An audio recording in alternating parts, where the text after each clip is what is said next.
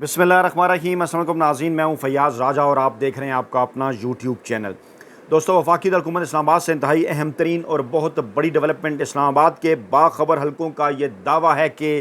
खैबर पख्तूनख्वा में या फाटा के अंदर पाकिस्तान तहरीक इंसाफ की हमायत के बगैर, पाकिस्तान तहरीक इंसाफ को एतमाद में लिए बगैर, पाकिस्तान तहरीक इंसाफ से कंसल्ट किए बगैर खैबर पख्तूनख्वा या फाटा के अंदर किसी भी किस्म का कोई मुबैना ऑपरेशन हुकूमत के लिए और इस्टेब्लिशमेंट के लिए ख्वाब, डरावना ख्वाब साबित हो सकता है और तमाम तर मामलात इस तेज़ी के साथ ऐसी ख़तरनाक सूरत हाल इख्तियार कर सकते हैं कि मामलात हुकूमत और इस्टेब्लिशमेंट के हाथों से निकल सकते हैं। ऐसा दावा है इस्लामाबाद के बाखबर हलकों का। दूसरी जानिब पाकिस्तान तहरीक इंसाफ के हलके ये दावा कर रहे हैं कि खैबर पख्तूनख्वा या फाटा के अंदर किसी भी किस्म के फ़ौजी ऑपरेशन का मकसद आइंदा चंद दिनों के अंदर होने वाली बड़ी रिटायरमेंट से बचना है। इससे क्या मुराद है? क्योंकि इस वक्त पाकिस्तान का सियासी मुस्तकबिल दो बड़ी और अहम तरीन रिटायरमेंट के इर्द गिर्द घूम रहा है और ज़राए का दावा है कि एक्सटेंशन कार्ड चाहे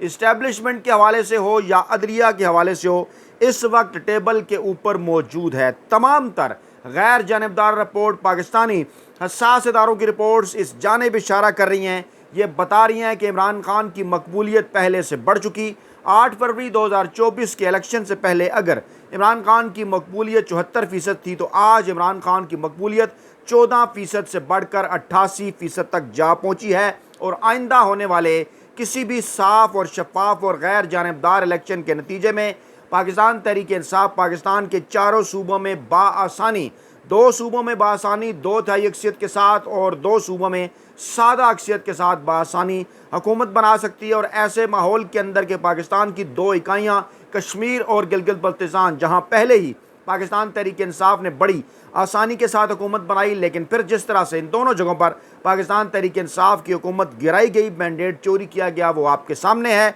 और अगर दोबारा कोई इस किस्म की हरकत की गई तो फिर पाकिस्तान के साथ साथ कश्मीर और गिलगित बल्तिस्तान में भी अवामी जो गैज़ व गज़ब है उसका सामना पाकिस्तानी इस्टेब्लिशमेंट को और मौजूदा हुकूमत को करना पड़ सकता है। ज़रा ये भी दावा करते हैं कि अज़म इस्तेकाम के नाम से इस्टेब्लिशमेंट और हुकूमत की जानिब से खैबर पख्तूनख्वा के अंदर जिस मुबैना फ़ौजी ऑपरेशन के शुरू करने का इंदिया दिया जा रहा है, इसका मकसद जो वफाक के अंदर अपोजिशन की जमात है और KP के अंदर जो हुकूमती जमात है यानी पाकिस्तान तहरीक इंसाफ, उसको निशाना बनाना है। ज़राए ये भी दावा कर रहे हैं, ज़राए ये भी इस पर हैरत का इज़हार कर रहे हैं कि खैबर पख्तूनख्वा के अंदर पाकिस्तान तहरीक इंसाफ और जमीयत उलमा इस्लाम दोनों की मकबूलियत मिलाकर 99% के करीब है, जिसमें पाकिस्तान तहरीक इंसाफ की मकबूलियत 85% के आसपास और 13-14% मकबूलियत मौलाना फजल रहमान की है। और खैबर पख्तूनख्वा की इन दोनों सियासी जमातों को एतमाद में लिए बगैर किस तरह से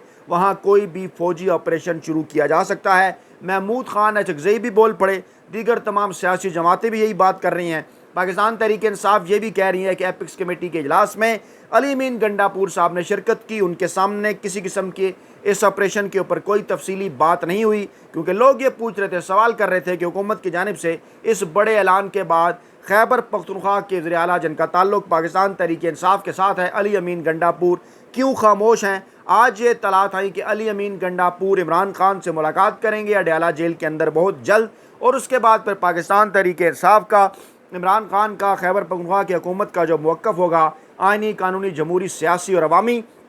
वो पाकिस्तान की अवाम के सामने रखा जाएगा। लेकिन उससे पहले मखसूस TV चैनल्स, मखसूस बड़े एंकरों, वेले कलम निगारों, मुलाजम साफ़ियों और मखसूस मीडिया ग्रुप, जंग ग्रुप की जानिब से पाकिस्तान तहरीक इंसाफ के ख़िलाफ़ एक मज़मूम प्रोपेगेंडे का आगाज़ कर दिया गया है। हालांकि अगर हक़ाइक़ का जायज़ा लिया जाए तो 2003 के अंदर भी जब किसी किस्म का कोई ऑपरेशन शुरू करने का इंदिया दिया जाता था या किया जाता था ऑपरेशन, तो इमरान खान हमेशा से खैबर पख्तूनख्वा और फाटा के अंदर इस फ़ौजी ऑपरेशन के ख़िलाफ़ रहे हैं। ये बात रिकॉर्ड के ऊपर मौजूद है और आज भी उनका इसी किस्म का मौक़िफ़ है। हाँ, ये एक अलहदा बात है कि उस वक्त नून लीग भी पाकिस्तान तहरीक इंसाफ के साथ साथ इस फ़ौजी ऑपरेशन की मुखालफत किया करती थी, लेकिन आज क्योंकि इस वक्त पाकिस्तान के अंदर चुनतखब हुकूमत है, नून लीग की क़यादत ने अपने केसेस माफ़ कराए हैं। नून लीग की क़यादत को ख़तरा था कि उनकी सियासत ख़त्म होने जा रही है अगर वो इस्टेब्लिशमेंट की गोद में बैठे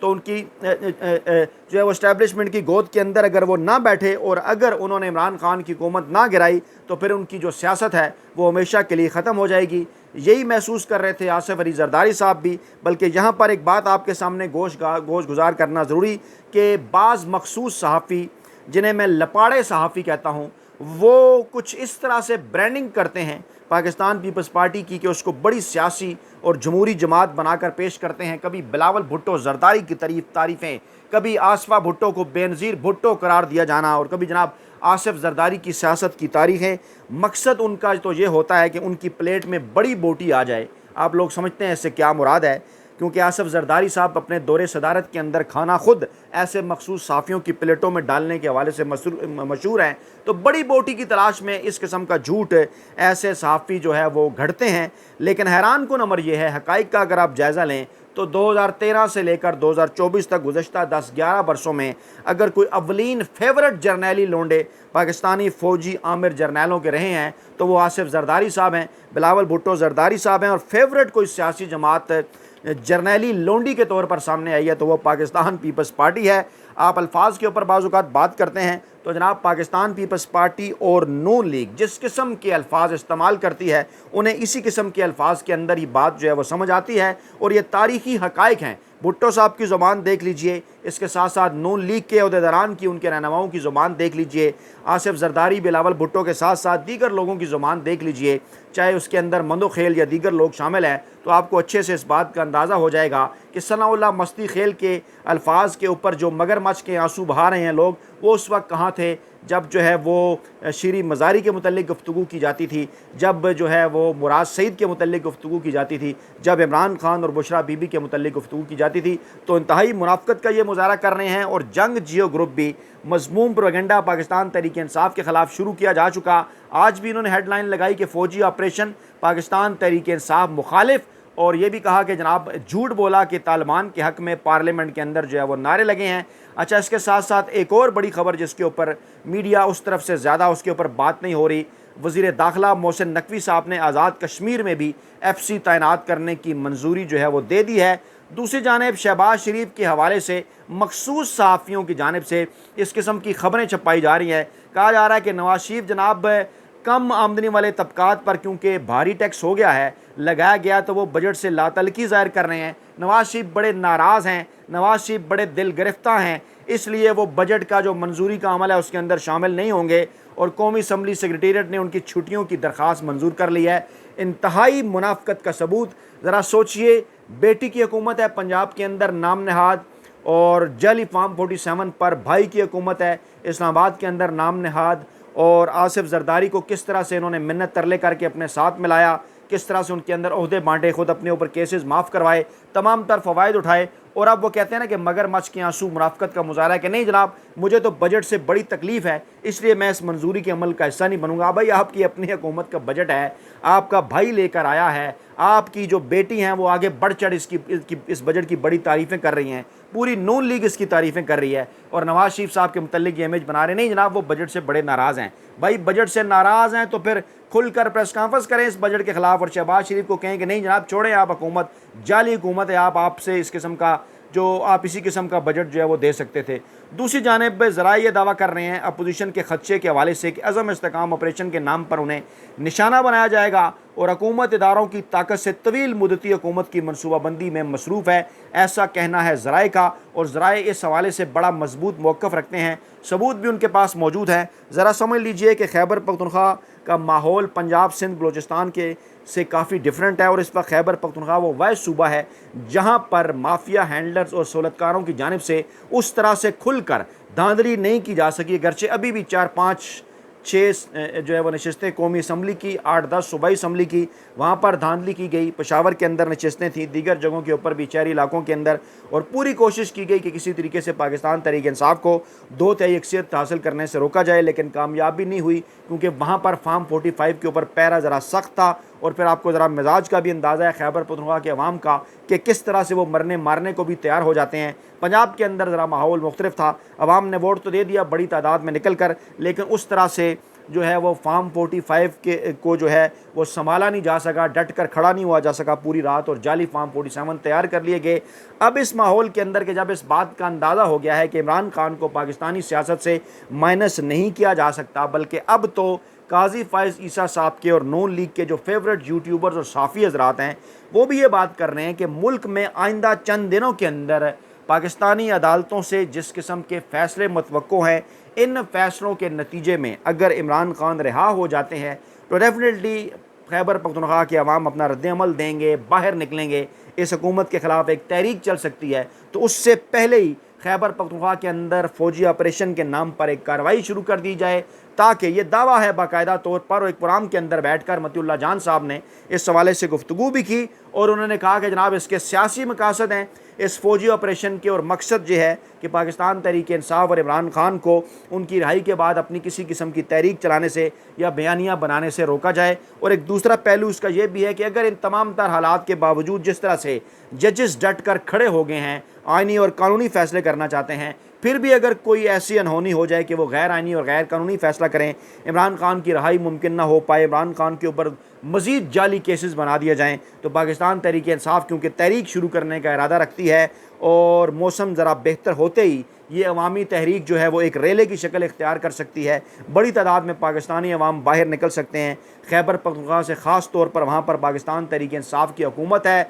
और हुकूमती सरपरस्ती में वहाँ पर तहरीक चल सकती है, और जाहिर सी बात है उनके पास वसाइल भी हैं, उनके पास अफरादी क़ुव्वत भी है। तो ऐसे माहौल के अंदर एक प्री प्लानिंग है माफिया की, हैंडलर्स की और सहूलतकारों की, कि मुमकिन तौर पर जो तहरीक इस चुंतखब हुकूमत के ख़िलाफ़, इस माफिया हैंडलर्स और सहूलतकारों की हुकूमत के ख़िलाफ़ चल सकती है, उसको पहले से रोका जाए और अज़म इस्तेकाम ऑपरेशन के नाम पर उन्हें निशाना बनाया जाए। असद कैसर साहब ने यह बात की कि एपेक्स कमेटी में फ़ौजी ऑपरेशन से मुतल्लिक तो कोई बात ही नहीं हुई और फ़ौजी ऑपरेशन कभी भी मसले का हल नहीं रहा। और जनाब दूसरी जानिब जावेद लतीफ़ साहब ने फरमाया कि ये हुकूमत एक इंतज़ाम के नतीजे में आई है, और जो इस हुकूमत को एक इंतज़ाम के नतीजे में लाए हैं वो एक इंतज़ाम के नतीजे में एक अरेंजमेंट के ज़रिए इसको जो है वो चलाते रहेंगे। इशारा किन की जानिब है, आपको अच्छी तरह से इस बात का अंदाज़ा है कि कौन इस हुकूमत को लेकर आया है और कौन इस हुकूमत को इंतज़ाम के ज़रिए चलाना चाहता है। लेकिन मामलात जुड़े हैं दो बड़ी और अहम तरीन रिटायरमेंट्स के साथ, और ये भी कहा जा रहा है पाकिस्तान तहरीक इंसाफ की जानिब से कि ऑपरेशन अज़म इस्तेकाम का मकसद पाकिस्तान में अहम तरीन ओहदों पर एक्सटेंशन बांटना है, एक्सटेंशन देना है। और आइंदा चंद दिनों के अंदर इस किस्म की बातें सामने आना शुरू हो जाएगी कि जब आप हालत जंग के अंदर हुआ करते हैं तो फिर जनाब क़यादत तब्दील नहीं किया करते, सिपा सलारी तब्दील नहीं किया करते, दीगर क़यादतें तब्दील नहीं करते। शाहिद खाकान अब्बासी साहब, जिनका माजी में नून लीग के साथ इतना गहरा ताल्लुक़ था कि वो नवाज़ शरीफ के नाअहल होने के बाद नून लीग की जानिब से वज़ीर-ए-आज़म भी बने पाकिस्तान के, उनकी जानिब से ये कहा गया था, ये इंकशाफ किया गया था कि शहबाज शरीफ को चुंतखब वज़ीर-ए-आज़म बनाने का वाहिद मकसद 2 एक्सटेंशन हासिल करना है। एक एक्सटेंशन का इशारा उनकी पाकिस्तान के मौजूदा चीफ जस्टिस काजी फ़ैज़ ईसा साहब की जानिब था, जो कि 4 माह के बाद हो रहे हैं रिटायर, और दूसरी एक्सटेंशन में उनका इशारा पाकिस्तान के मौजूदा army chief general Asim Munir की जानिब था, जो कि अगले साल नवंबर के महीने के अंदर रिटायर हो रहे हैं। यानी इनके पास अगर 4 माह हैं काजी फ़ैज़ ईसा साहब के पास, तो जनरल आसिम मुनीर साहब के पास 17 महीने हैं। अब ये इन 2 बड़ी एक्सटेंशन के गिर्द घूम रहा है मामला, और अगर काजी फ़ैज़ ईसा साहब की एक्सटेंशन ना हो सके, क्योंकि माहौल ये है कि 11 जजेस इस वक्त उनके मुतल्लिक़ के इत्तलात हैं कि काजी फ़ैज़ ईसा साहब का बुक्स पर मबनी इमरान खान और पाकिस्तान तहरीक इंसाफ के हवाले से जो मुवक्क़फ़ है, जो बयानिया है, उसके वो ख़िलाफ़ हैं। उनकी जानिब से अहम तरीन ख़त भी सामने आ सकता है, फ़ैसले उनके बोलेंगे, रिमार्क्स उनके सामने आएंगे। तो ऐसे माहौल के अंदर अगर काजी फ़ैज़ ईसा साहब को एक्सटेंशन नहीं मिलती, उनकी हो जाती है रिटायरमेंट, तो नए चीफ जस्टिस मंसूर अली शाह साहब होंगे, जिनके मुतल्लिक़ इस वक्त कागज़ात ये बता रहे हैं, कागज़ाती रिपोर्टें ये बता रही हैं कि उस तरह से काजी फ़ैज़ ईसा साहब की तरह वो पाकिस्तानी इस्टेब्लिशमेंट के लिए यस मैन नहीं होंगे। और फिर जो अगला, जिसको कहा जाए कि जो अगला जो बैटल ग्राउंड होगा, वो होगा अगली बड़ी रिटायरमेंट, यानी नवंबर 2025 के अंदर मौजूदा आर्मी चीफ की रिटायरमेंट। यहाँ पर बाखबर हल्के ये ख़बर देते हैं कि अगर काजी फ़ैज़ ईसा साहब के जाने से पहले या जाने के बाद, क्योंकि इमरान खान की रिहाई नवश्ता दीवार है, वो रिहा हो जाते हैं, तहरीक चल पड़ती है, ऑपरेशन क्योंकि इस तरह से इनके लिए एक डौना ख्वाब साबित हो सकता है। खैबर पख्तूनख्वा की आवाम बात कर रही है, महमूद खान रिकज़ई ने कहा, मंजूर पश्तीन ने कहा, कौम परस्त जमातें बात कर रही हैं और बड़ी सियासी जमातें बात कर रही हैं, इमरान खान, मौलाना फजल रहमान, दीगर तमाम लोग कि जनाब किसी किस्म के कोई ऑपरेशन की ज़रूरत नहीं है फाटा और खैबर पख्तूनख्वा के अंदर। ऐसे हालात में मुश्किल होगा और अगर हुकूमत चली जाती है तो उसके बाद अगले आर्मी चीफ़ की तैनाती का जो कार्ड है, अगले आर्मी चीफ़ की तैनाती का जो फ़ैसला है, वो डेफिनेटली एक बार फिर पाकिस्तान तहरीक इंसाफ की हुकूमत यानी इमरान खान के हाथ आ जाएगा। और यही है वो नुक्ता, यही है वो परेशानी जिस पर माफिया हैंडलर्स और सहूलतकार परेशान हैं कि ये जो उन्होंने सारी मेहनत की है, गैर आइनी और गैर कानूनी इक़दाम किए हैं पाकिस्तान तहरीक इंसाफ और इमरान खान के ख़िलाफ़, ये सारे जो हैं वो खूह खाते जा सकते हैं। इसलिए इस वक्त ये इस किस्म की कोशिशें जो हैं वो जारी हैं। अपना बहुत ख्याल रखिएगा, दुआओं में याद रखिएगा, फीडबैक ज़रूर दीजिएगा। नई वीडियो के साथ जल्द हाज़िर होंगे। अल्लाह ने के बाद।